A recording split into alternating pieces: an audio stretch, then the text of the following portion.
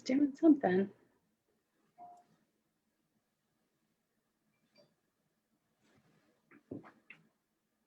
Oh, maybe. Hold on.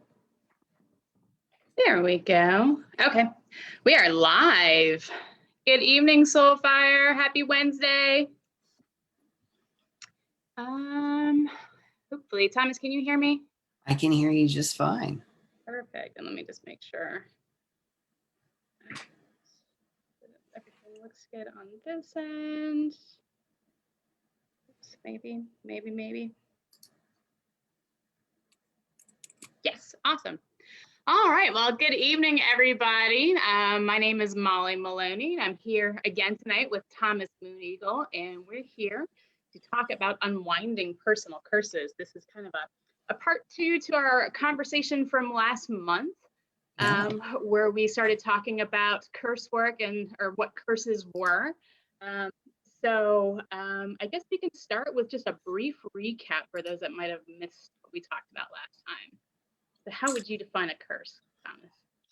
I like the very simple definition of a curse is a lie that we believe about ourselves. And I think that, you cover a lot of ground with that, with just that very simple statement. And, it's almost like a little seed that gets planted and then, we unknowingly tend it. Yeah. Absolutely. And one of the things that we talked about last time too is that, one of the types of curses would be something like a limiting belief that we have about ourselves or some area in our life that we then own and kind of carry out into the world as this, framework about how life works. And of course it can, limit lots of things that don't need to be limited. Sure.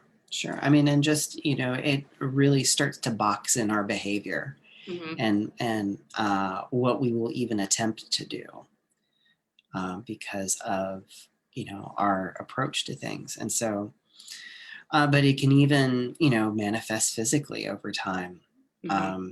If we like invest in certain energies and beliefs. But it's it goes, I think, deeper than belief because it becomes very visceral for us. It becomes our reality.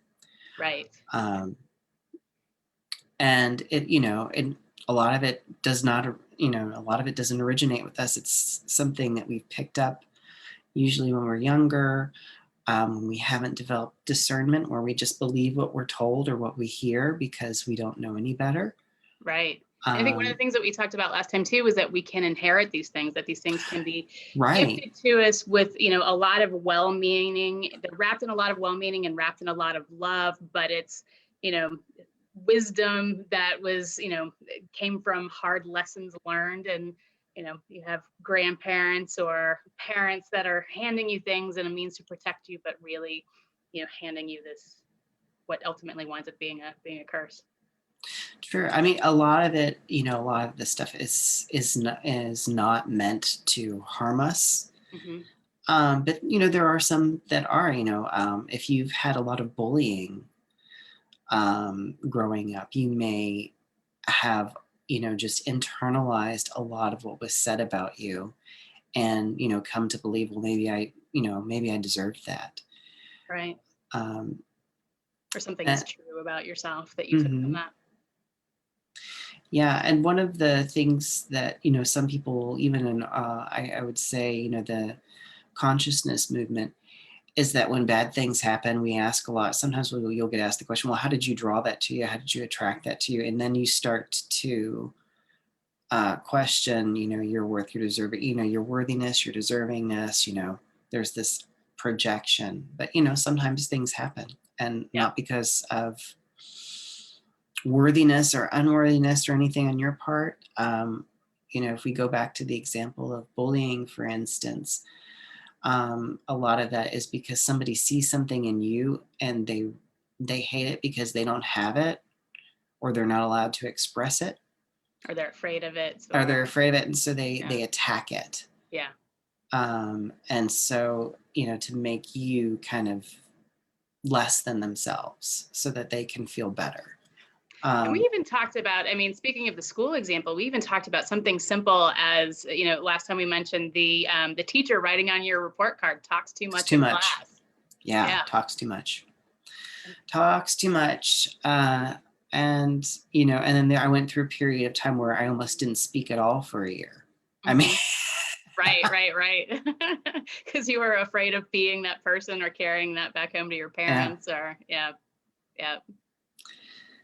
So, yeah, I mean, and then it gets into, I think, you know, people ask me, well, you know, what do you do? I'm like, well, you know, a lot of, you know, in therapy, a lot of what people are dealing with are personal curses, right?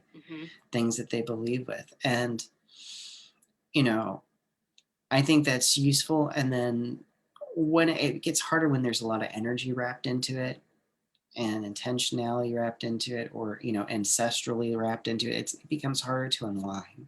And so it's good to address it on multiple levels, either talking with someone who's understanding, but also removing that energy from your system, so that conversation, so that those other means are more effective and flow more easily. Because a lot of times is what happens, it's like we pull a plant up, like we pull a weed up, but we don't get the root. And then it just sprouts up somewhere else. Yeah. So, I mean, that's kind of, I guess, the best analogy is we're trying to get everything, you know, from the origin point out. Right. So that we can then deal with what's here and now and move in a different direction. Right. Yeah, it's interesting because there's so, you know, in the spiritual community, like you were talking about, that piece where, you know, there is and I've seen this in kind of the new age, you know, community. I've seen this come down from Abraham Hicks talks about this. I've seen this in certain religious groups talking about, you know, everything that happens to us is something that we attract to ourselves. We're bringing this in somehow. So, you know, there's definitely that's a conversation in and of itself. But, you know, then, you know, that's kind of the darker side of things. And of course, the lighter side of things is just the whole bypassing. You know, I don't want to do the deeper work to understand how deep the roots go, or where, you know, where they're actually planted in. I'd rather just focus on the love and the light, and just try to ignore that piece and keep on trucking.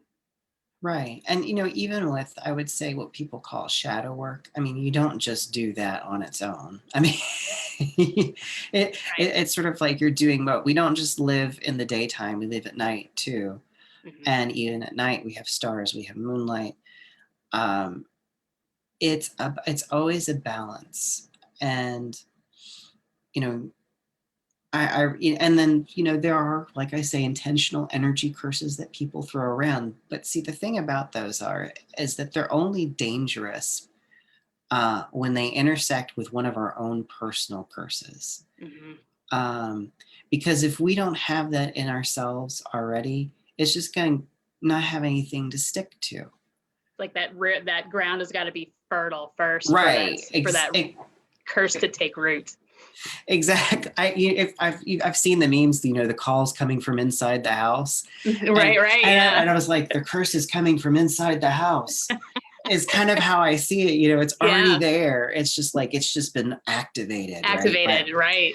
And it's, you know, what we think about like epigenetics, you know, how our trauma gets passed down. And, you know, it's not that we don't have, you know, all have like coatings for different diseases or in our bodies, but it's sort of like what gets turned on. And, you know, things get turned on by our behavior, obviously, our lifestyle, but, you know, our environment as well, and what we're exposed to. And we can, you know, use that to our advantage, obviously, by making personal changes and all. But when we get down, you know, it's nice to remove some of that, you know, of the energy level, because then we're not perpetuating it forward, right, in time. And it becomes easier to see like on like when you pull out like little examples from person to person. So I was hoping like tonight we'll actually get to like dialogue with somebody on the call, or do some just a little bit Yeah. of work to kind of track, because that's kind of where I'm like all about tracking. I'm like tracking, where is this like located, Right, where does this live in us? And then like, okay, now we got where it is, let's take it out. Right. Yeah, no, I definitely, I would like to do that too. Logistically, it might be a little interesting trying to get a third Yep. person in here. So you might get stuck working with me and my own personal curses. I was thinking about today, what I could bring in. There's always something. But Yeah, and harder to do from the comment section, but I'm willing to entertain it. Yeah. You'll have to read it to me, and I'll be like, okay. Absolutely. And that brings us to our next piece here. So if there is anybody that has questions about this topic, about personal curses, or would be interested in putting something forward to do a little bit of work, please feel free and leave that in the comments, and we can definitely take a look and see logistically how we can work with that from a comments section. But always, I mean, it's all energy, right?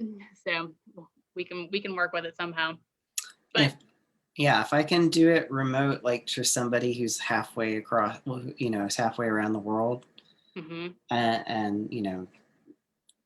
and record it for them, I can probably do it from the comment section. There might be a little bit of a lag, but we'll figure it out. And the reason, let's just to kind of give people an idea of what it looks like to do this work a little bit. Sure. I can certainly offer up something that we can chew on and tussle with. Sure. Okay. So let me first open space. I always have like a working space that I create, to do work in.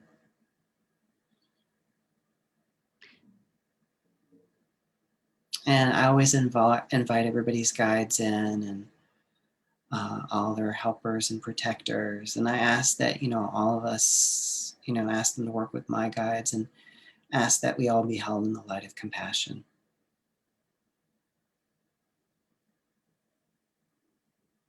So is this a visualization that you do, just this kind of opening process? This is a declared, I've already, in my space here, I've already like done open sacred space, but this is sort of like what I call my working space, particularly that I do for when somebody's not in the same physical space with me.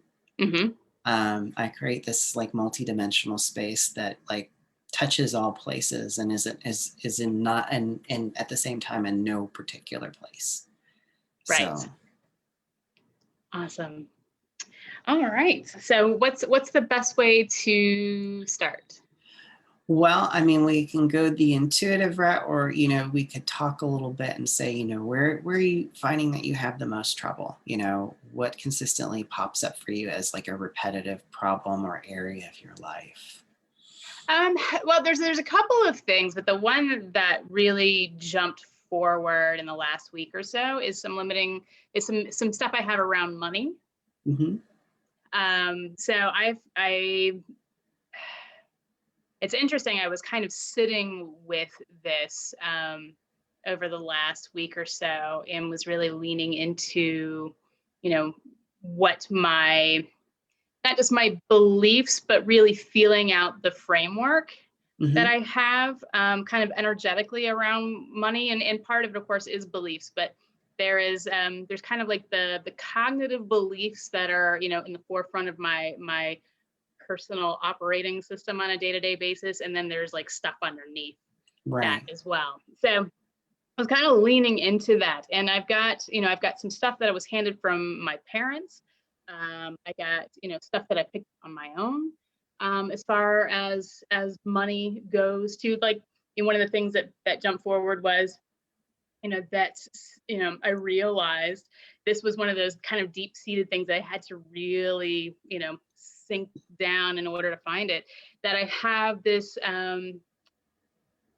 it's kind of a belief around, basically there's a conflict in my system between morality and money. Okay. Yeah. There's morality in money. There is kind of authenticity in money. Right. And then there is also a piece, and this is one of the things that I inherited from my money or from my parents, is that, you know, money is hard. It's a struggle, you know, that, and it really is, you know, it creates limitations that, you know, keep me from, you know, doing things like traveling and, you know, those kinds of things. You know, I can hear my dad's voice in the back of my head, you know, always worried about, you know, the money and how much things cost and, you know, all Sure. of those things. So, you know, even like as you were starting to talk, I was starting to track. So now comes the point. If you want, I can start jumping in there. Sure. And so like where the stuck point, I feel like in your body, it's almost like in your throat, I feel. I've got a lot. Like there's a lot of things in there. Yeah, there's like this, it's almost like a hairball. Is kind of almost three cats. It could be. Yeah. Well, yeah. I mean, but that's like, that seems like that's the sticky point, or that's where some of it. But, you know, let me go in and, you know, make sure. I mean, yeah, it's got tendrils going other places, but like that's where I think a bulk of the energy gets stuck, is right there in the throat area. There's a deserving piece in there too that's tied into that. Usually there is with money. And then, you know, also what I'm hearing is like, who do you think you are? Is kind of another thing that is coming up while I track them. Like, who do you think, you know, because you think, well, I'd like to, well, who do you think you are? Why do you deserve this? Right. Is kind of coming up.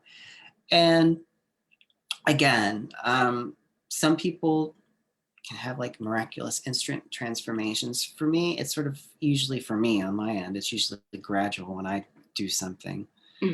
Occasionally I get those, whew. So again, if you think of this sort of like slow dissolving, and allow things to happen as they will, we'll probably get less resistance. Right. Sure. Yeah. So, you know, I'm going to go ahead, drop into my heart here and see. Yeah. And yeah, it's in the throat, but it's also pointing into the back and the hindbrain there. I feel a connection point there at the back. I've had a headache there all day too. So okay. It could be the headache, or it could be the headache is because of, you know, was jumping forward because we're going to do work. Well, I mean, that just gives me like that. Yes, I'm tracking accurately. That's all, you know, so. So basically, I'm going to bring my awarenesses, and I always glove up, right? I put my glove me, you know, have my guides kind of put like my little violet flame gloves on, or whatever I'm using, and then, you know, we're going to go in, but I want to really go back to the origin of this. 8, and so I'm seeing like 8 years old or something. That feels about right. I was like, is it 5, 6, 7, 8? And that's where it popped. So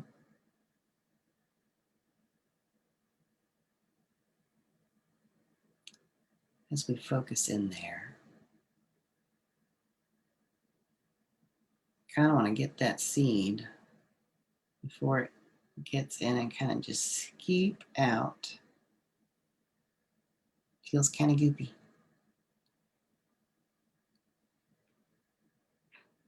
Yeah, I think there's a lot. There's a lot there. And I'm going to ask, you know, I got candles lit on the altar, so I'll just send that into the fire, be transmuted, the level of spirit.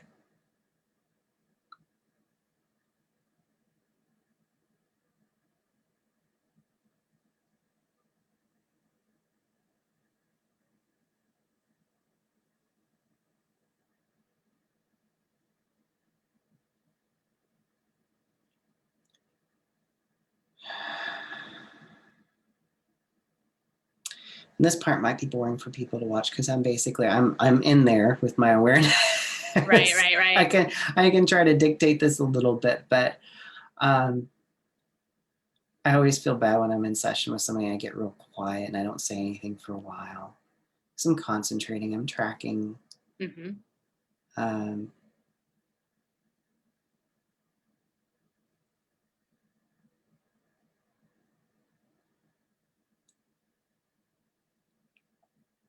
and so you might feel sensation in the area. You might have stuff feeling like someone's moving around, and that's okay too. That happens. But I'm going to reach in there and just bring a little bit of fire in just to cleanse.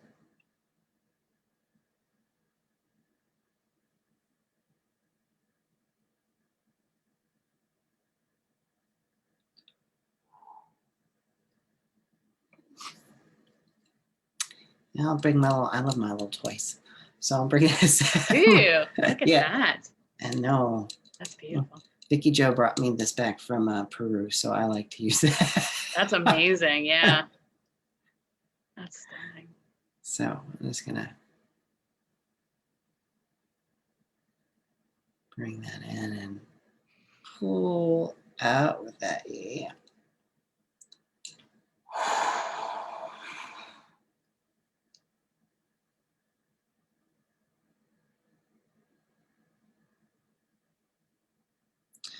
And so now as as my awareness, I see, we've got meridian channels and I see some of that energy and it feels like it's in the meridian system as well. So we're going to go in and flush.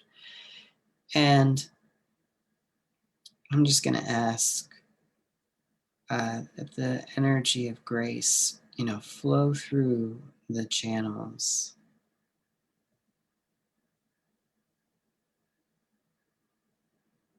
Clearing out any debris,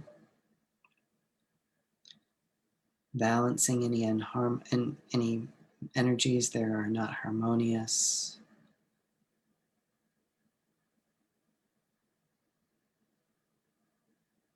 And sealing up any holes as it passes through the system.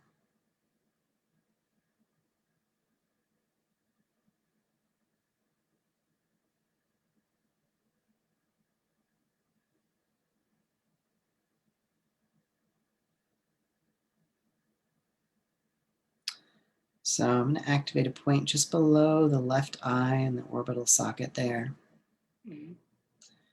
And on the top of the left foot and between the bones, not when you get to the toes yet, but up a bit. There's a tender spot in between the big toe and the second toe. And that's the spot that wants to be activated. So that's what we're going to do.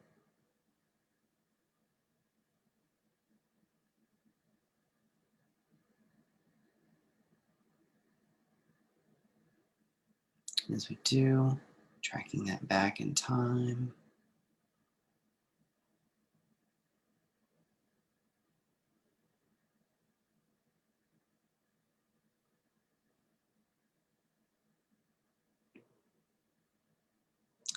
And ask again, that your helpers and your guides and grace, the elements, the directions, help to disentangle that. And all that it's sort of, wound itself around.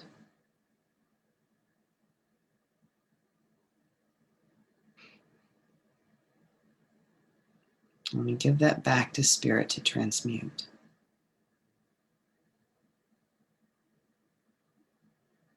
We release that which is not you.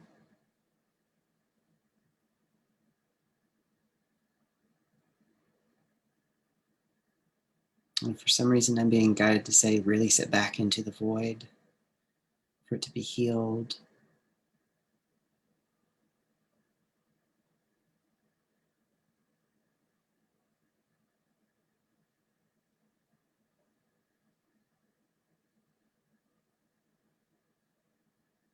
And bring forward in time to age 17, holding light into the heart.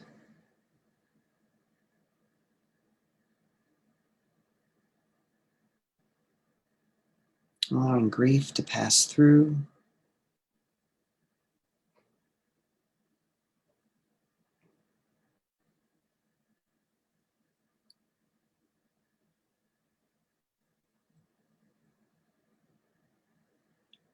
And I'm seeing about 3 little beads of light that are essences of yours that are, making their little return. So we'll allow them to just flow back in.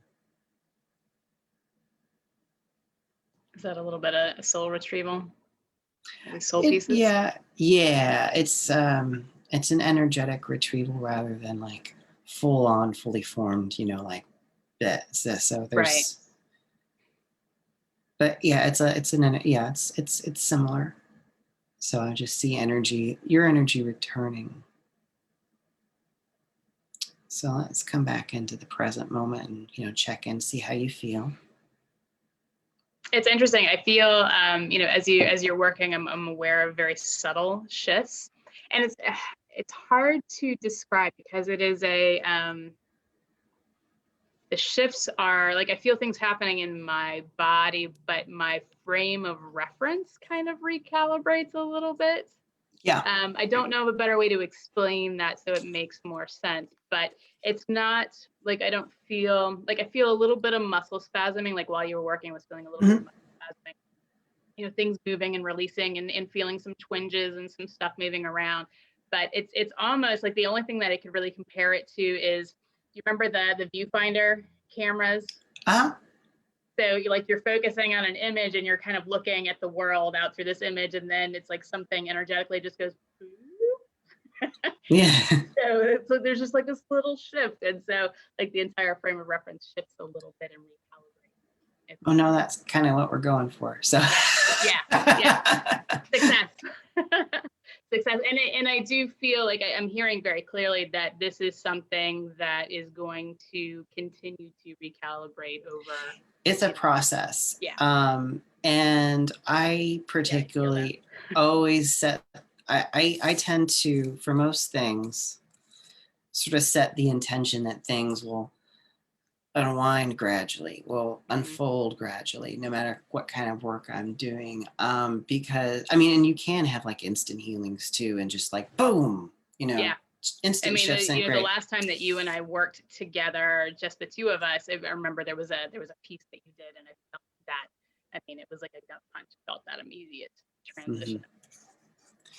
But a lot of things too, particularly if they're deep-seated patterns or, like a curse, because it tends to burrow in deep and try to fool the consciousness into thinking that this is who you are, right? You want to kind of slowly release that, and the reason is because it can be just like you're feeling muscle spasms, just you don't want to be driving along and just right. That would be bad. So, and you can like overload your consciousness with too much shifting where you don't know where your center is, you don't know who you are, and you want to kind of like give yourself a chance to catch up and like you said, recalibrate. Because we're moving some emotional pieces too that can. Right. A lot of, like I said, a lot of us wrap our identities around things that are not us. Right. And when that happens, when that's removed, it can be very destabilizing because for a moment, we just don't know who we are or what the world. We've all had sort of the rug ripped out from under us in the past 9 months where life is not what we thought it was. Our world is not quite how we thought it was going to go. Life is different. And that's very destabilizing. And it takes us energy and time and focus and intention to recalibrate from that. One of the things that we talked about in the last video too was, after we had done some work, there was a massive shift in my anxiety that I was carrying, and so it's kind of, I think we're getting towards a new baseline now as far as like my day-to-day, but there was a period of time where I had been functioning with this anxiety as part of, it was just there. It was, it was something that was part of every moment of every day. And then for it to be gone, I had to get used to, functioning without this big anxiety piece. And it's so funny to talk about that, because obviously for so many of us that deal with anxiety, that's a massive goal, right?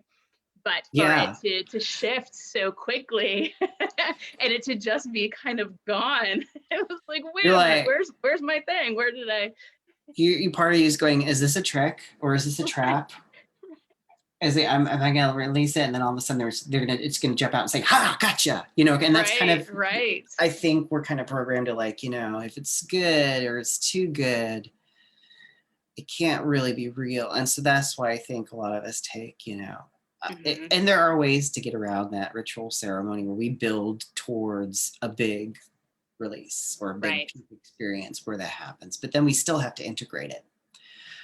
We still have to make decisions based on that new pattern, right? If we want to keep it. So, and I think that's, you know, the challenge, and you know, that's why, you know, sometimes it's like it's gonna be subtle. You know, when I do ancestral work with people, I'm like, it's gonna be subtle for most people.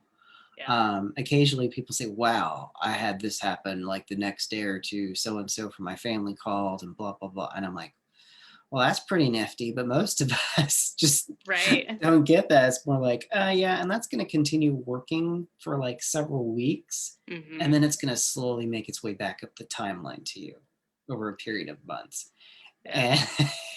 And I've seen it too, where it's like, you know, I'll do the work and I'll kind of forget about it, and then I'll have this moment of clarity like 3 to 5 months down the road where I'm like, oh, wait a minute. You know, realizing the, you know, the ripple effect and how, you know, in this new point in time, you know, feeling the impact of it. But it was so subtle that I didn't notice it until down the road. Yeah, and depending on how many, like what I call really active curses have made it into your central identity, is going to really determine like the timeline about, you know, how, and, you know, I'm like, oh, I've got 5 that are like have been impacting me, and have been impacting me for like 7 lifetimes. If I look at it, you know, I found this out, and I was like, yeah, that's going to take a bit to unspool from, particularly when it has guided the events in my life up to this point. And you know, so it takes time, it takes intention, it takes a lot of compassion and to do it on both the practitioner side but also on the recipient side, to go with that. So that's, you know, but yeah, thank you for the feedback. So yeah, no, that's awesome. And so for people that are watching this, that are curious about this and are you know, wanting to start a process, even on their own, like picking something small that they want to start to do some work around on their own, what's the best way to start that process? Look at the place where you don't accept yourself and start, you know, really asking yourself questions about why and how much actual verifiable truth there is to that. You know, look, and don't just look for the evidence for it, but also look for the evidence against it. Like really seriously look at it from both sides and say, you know, and just because you did something once, that doesn't necessarily mean that is the truth of who you are forever. You know, oh, I did this shitty, unkind thing once to somebody. That means I'm a shitty, unkind person and I deserve whatever happens to me. Right. Because we all learn through messing up. So, and a lot of, you know, I still have things that I think of that I did when I was like 9 or 10. I'm like, I can't believe I did that. And I'm like, I was 9 and 10. I wasn't operating with the same amount of knowledge and discernment that I have right now. So, yeah, but there's still things I regret, but you know, that has informed on how I act now, because I was like, because of that, you know, I was like, oh, that was bad. I don't want to do that. Yeah. So, I mean, it's really, like I said, the way I do things is very like individual. So like you could come next time and we would do a completely different method, or, you know, call on different things. And in order to clear something. And so like a session with me is always changing and always shifting, because it's what happens in the moment, and also, you know, what a person can be open to, you know. Right. So. And that brings up an interesting point too. So, you know, we talked about, you know, people starting to do the work at home, but, you know, coming to you and doing work for perhaps something seemingly entirely unrelated. Like, you know, I've got this pattern of, you know, of bad relationships, or, you know, I've got this pattern of, you know, X, Y, or Z, and then doing the work there to uncover the personal curses there. And I, you know, I might give people homework. In fact, I'm quite known for that. Right.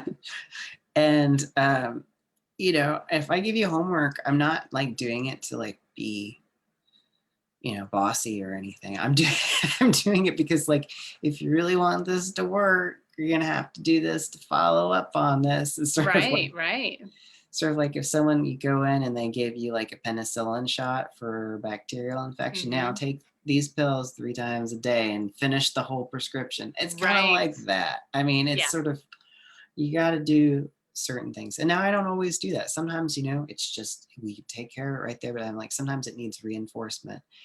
And I find, you know, sometimes, I need to do the reinforcement. A lot of times it's really on the personal level, because people have to take responsibility for their own energy and how they behave and how they act. And they have to have some skin in the game.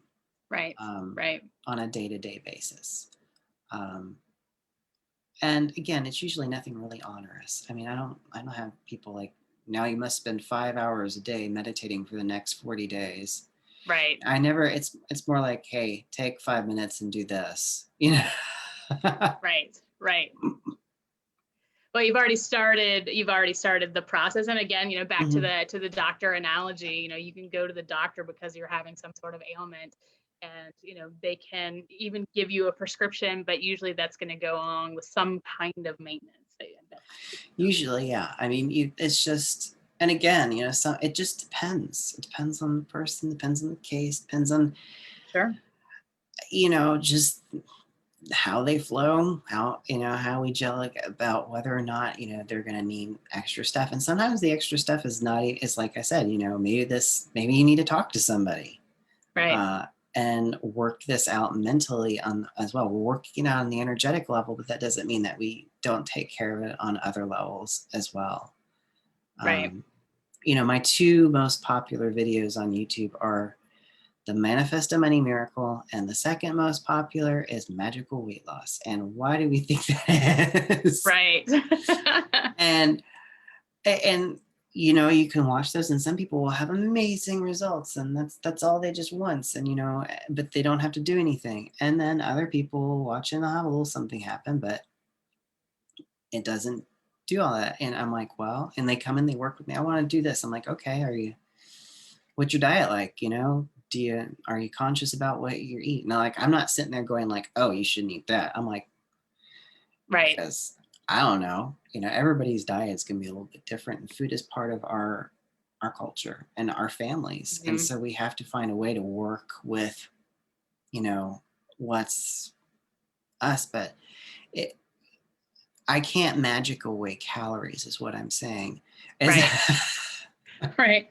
The coolest things is people will come in and they'll work with me, and they'll be like, you know, my whole, like, my approach to food changed, like my attitude towards it, like just how I feel about it. And I'm that like, frame well, of reference shift.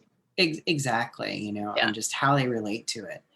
And I think that's really, it comes down to a lot of things, is how do we relate to something? Are we confrontational with something always? Is it always a struggle, always a challenge? Does someone always have to, you know, be the biggest, baddest kind of thing? Or are we, you know, able to shift, able to work with something? So. And that brings up a question for me. So, you know, talking about personal curses,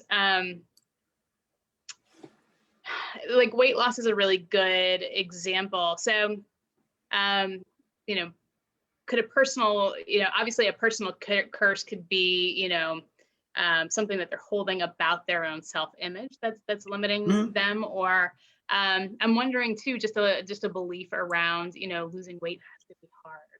It requires hard work. It requires Well, struggle. and the other thing is like when I used to work at a health food store, I would have women come in and I've got to lose this weight and come in. What can you give me? And I would look at them and going like, what are you talking about? Mhm. Yeah. Because they look like very fit to me. They look, and it was Right. just, Right. and it was in their head. Hmm. And so, not everybody is meant to be like sticks. Right. And that doesn't mean you're unhealthy if you're not that. And so you have to kind of figure out, what is me, what is good for me. Hmm. And then when you find out what is good for you, okay, we'll line you up with that and what you need to do to be that. But Right. that I think is the big, if you look at what is just portrayed, and this is a cultural curse, really. Hmm. What's the level of culture that is then translated into people's personal curses, about how we're supposed to look, how our bodies are supposed to be shaped, Right. in order to be accepted or to be considered pretty or attractive or handsome or sexy or whatever. And I was reading, this actor's, what his regimen was to get in shape for this particular role, and they were dehydrated for like a week leading up to this shoot. Yeah. Like they were literally like starving themselves, not just of food but of Hmm. water, Right. to get the look. And I'm thinking, and all these guys are trying to like, I want to look like that. I'm like, good luck. Right. Because Right. that was that look for one day for this scene, and then they started drinking water again, and of course, stuff Right. happens. So I mean, I don't want to, I want to put it out there that sometimes what people come to me and ask for is really not healthy. Sure. Well, and I think too, I'm listening to you speak, and the thing that keeps, that's kind of on loop in my brain as you're talking is that, if you don't fix the root problem, and we could talk about the aesthetics and working on the Mm-hmm. aesthetics of like around weight and such, but if we don't fix the root problem, in how they're viewing themselves and how they're relating to themselves, how they're loving themselves, that it doesn't matter how much weight they lost, they're still going to see kind of this, you Right. know, kind of warped image of themselves. So the work never ends. And I think, it's really interesting because when you talk about, body dysmorphia, Yeah. which is, I think, the perfect example of how our consciousness affects what we see. Mm-hmm. Yeah. Because I've seen people, beautiful people, who truly believe that they are hideous. Yeah. I have too. I've seen And it. no matter what you say, you Mm-hmm. cannot convince them otherwise, Yeah. because it's in here. Mm-hmm. It's in their consciousness and their perception. And so they are not seeing what we are seeing. Right. Um, so I mean, I just, like everybody else, love special effects when I do something and there's a special effect, like, ooh, how very Mm-hmm. Hollywood of this. Ooh, magic, yay. But really the most profound things are generally the things that are not visible. Oh, absolutely. Yeah. Yeah. And it's really so internal, but enormous when you no longer carry, I'm not talking about physical weight, but you carry the weight of self-loathing Mm-hmm. about something about yourself, or just thinking that you are worthless or unlovable, or not good at anything, or the worst, or just no one's gonna love, whatever it is. Right. When you put that down, if you can find a way to unhook yourself from that and put it down, that is one of the most powerful things for you, and it's just so freeing. Amen. Yeah. Absolutely. I mean, that is, to me, when I think about, energy healing and magic and all of the things that, we talk about in the work that we do, that right there is the most profound transformation. It's, you have clients walking in the door that are wanting to, you know, they're wanting the thing, they're wanting the relationship, or they're wanting the job, or they're wanting, the money, or, whatever it is. But, the real work is not around the thing. The real work is around the want and what's underneath that, and where that's Sure. coming from, and, and making that transformation internally. Yeah, it should, I try to base my, what I'm doing around meeting needs, meeting the needs. And sometimes that means that the person coming in gets exactly what they're, we're going to go exactly right there, because that's okay. That's needed. Okay, cool. Well, that's what I'm being told to work on. But, there's so many things a lot of times, like, oh, you want to get to that. That's really great. But you have it's sort of, I want new paint on my yacht. I'm like, but there's a hole in the bow of the ship. Shouldn't we patch that first?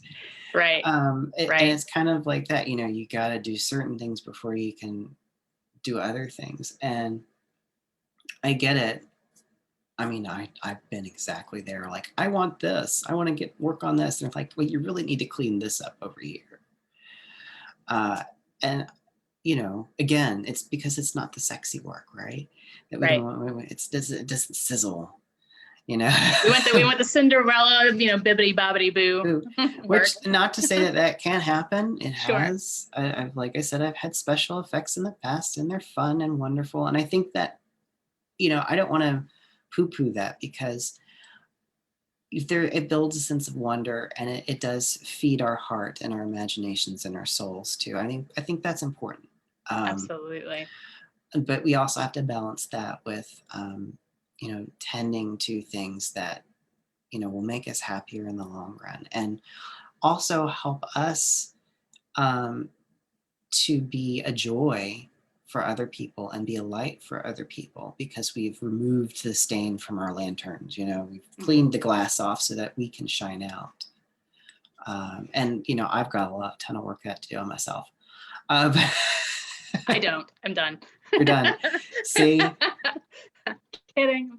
Yeah. I mean, there's just, because, it's part of how we've built our society, where we're really about the flashbang and not so much about, the substance.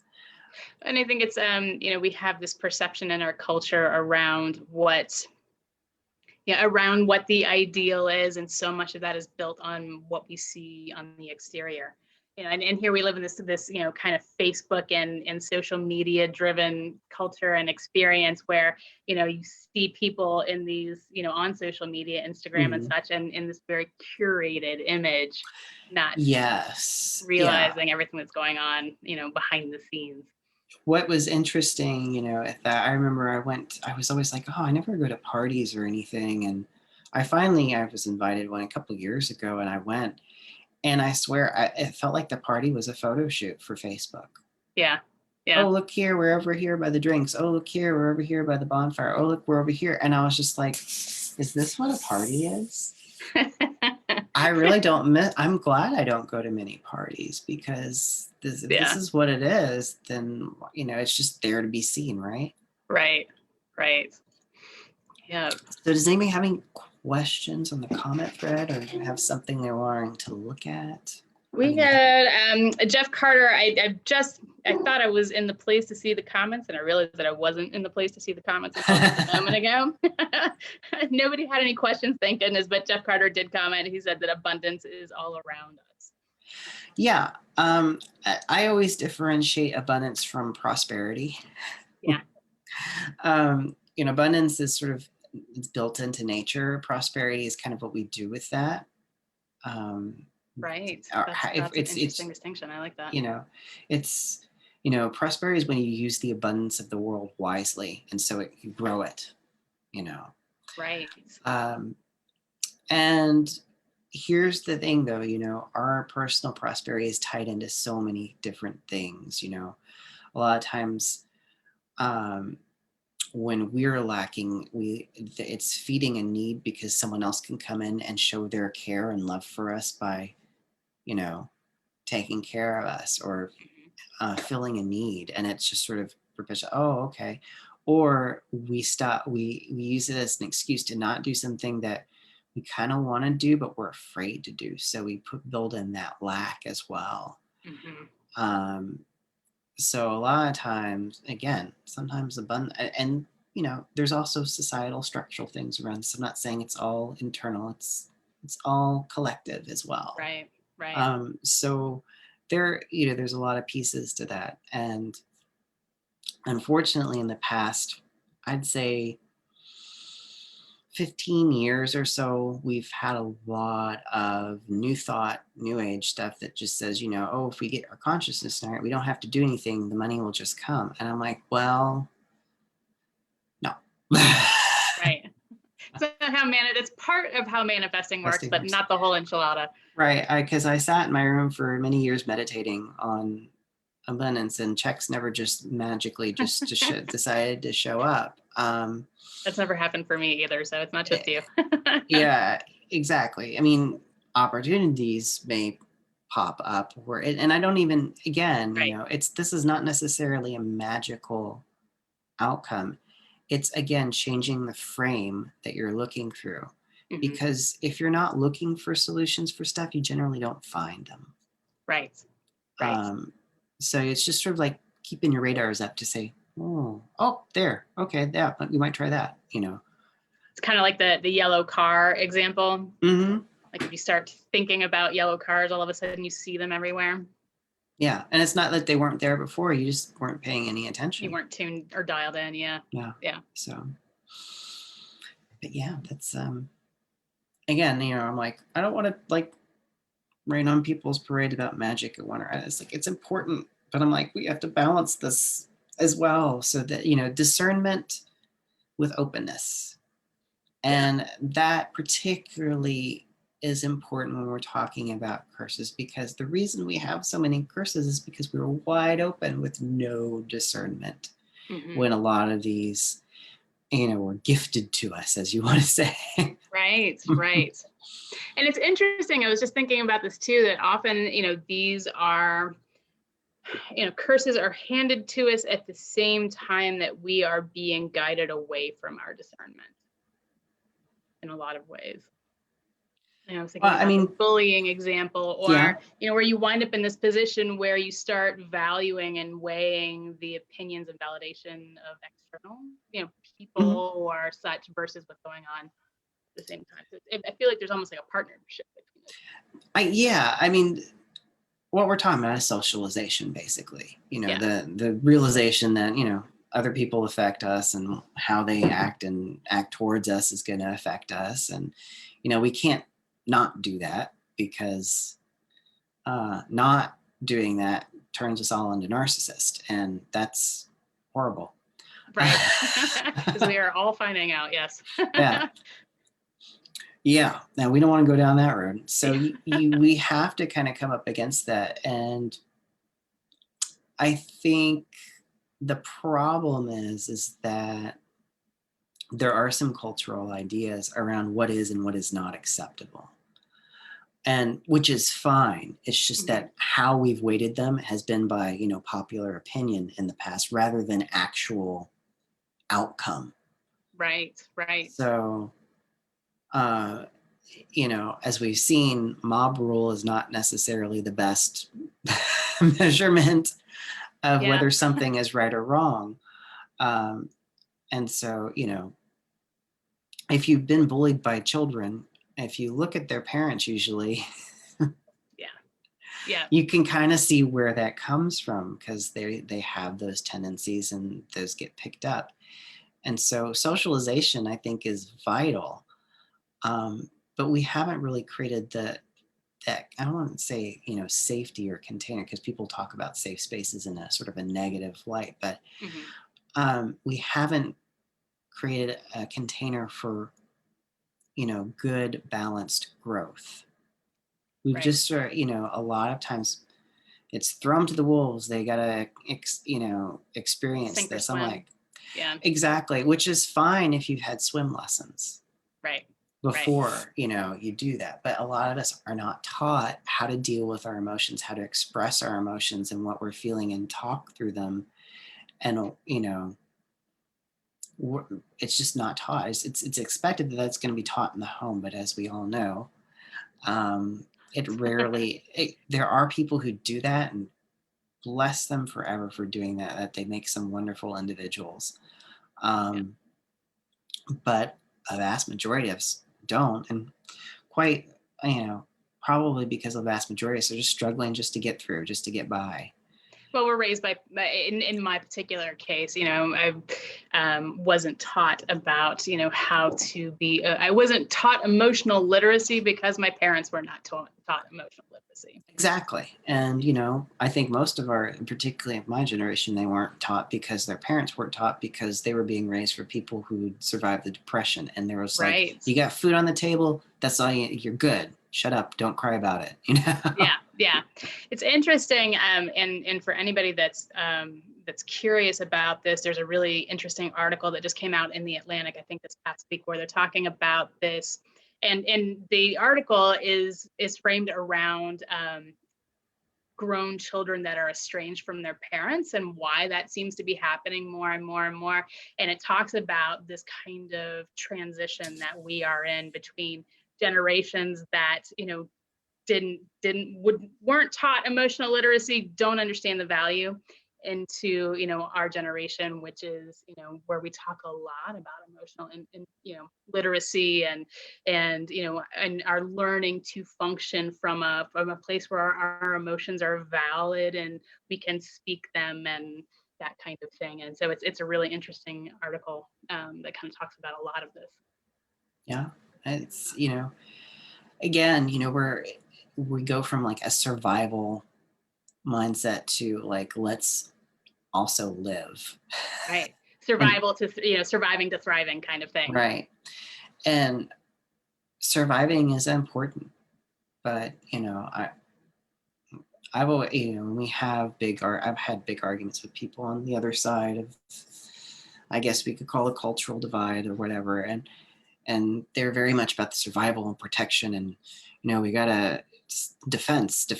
I'm like, well, what is it that we're defending? Right. We have to have something worth defending or preserving. And I think, we've lost a lot of that. And, I don't, again, we might not have ever really had it. Who knows? I wasn't there. Right. It's what we're told. Oh, yes, this, that, or what, and this is not just endemic here. This is all around the world, Sure. But I think it's really important. There's always that divide between individualism and collectivism. Mm-hmm. What does the individual owe to society? What does the society owe to the individual? And I always liked from the Jungle Book, the strength of the wolf is the pack, and the strength of the pack is the wolf. Mm-hmm. And so the idea that it is the stronger the individual, the stronger the society, but the stronger the society, the stronger the individual. Right. And so it really is both ways. And so that's why, it's when we work on ourselves and we create little ripples, mm-hmm. and if enough of us do that, it becomes a large wave that changes the landscape, and hopefully for the better, Yeah. We start working our personal curses, we can start working on our collective curses. Yeah, it really, because if you're believing a whole bunch of lies about yourself, it's going to be a whole lot easier for you to swallow lies about the world and right. about society and about other people. Right. So, that's really what it comes down to.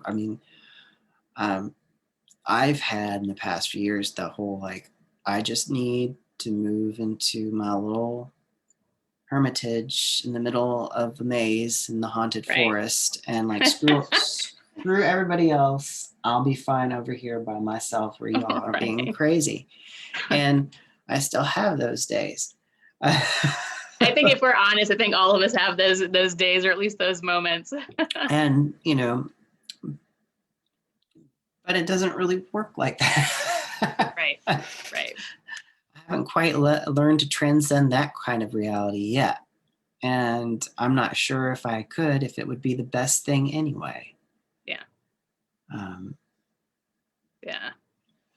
But that's kind of, so I don't know, but I shake my rattle, That's what I do. And, I try to do, you've got to kind of, as you remove stuff, you have to kind of regroup and say, well, what am I about then? If I'm not this, or if that's totally bullshit, Right. Then what's the truth about me? Without getting, there's a tendency to like, I am a divine child of this and I am entitled to everything under the sun. I was like, okay, well, just back it up. Yeah. Because it's easy to, like she said earlier, spiritual bypass and just think you're just God's gift to creation. Well, and that's fine. As long as you treat everybody else as if they are God's gift to creation as well. Yeah. Yep. And I think it's better to go a little bit, have humility. And I remember the best definition I heard, because I always associated that with humiliation, which is completely different. Right. And being humble means that you believe that you are no more than anybody else, but you also are no less. Right. And I think that is really, we teeter back and forth between those, like, oh, I'm so great and screw you, or like, everyone's better than me, I suck, I don't deserve, and we go back and forth, and really we don't want to go into either of those sides. Right. It's about finding that balance, that healthy balance between those two things. And a curse will take you in one of those directions. Yes, that's a great way to put it. Absolutely. Yeah.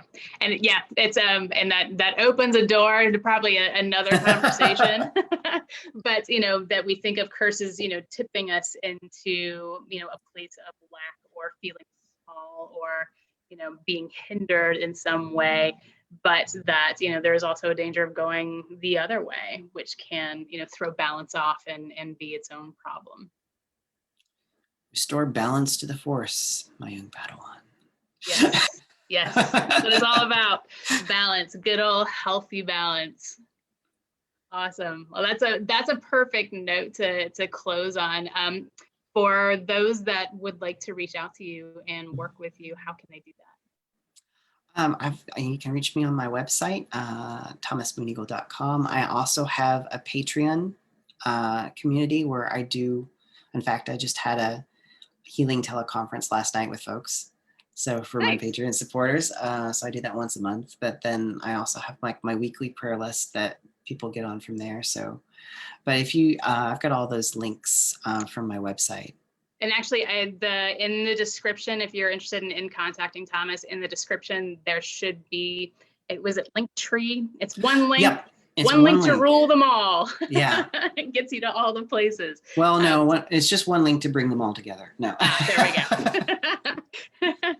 So you can look in the description and you can reach out to Thomas by clicking on that link. And his Venmo links and such are accessible there through the links in the comments as well. So definitely reach out to Thomas. I know this is not the last time that we will be having talks here in Soulfire.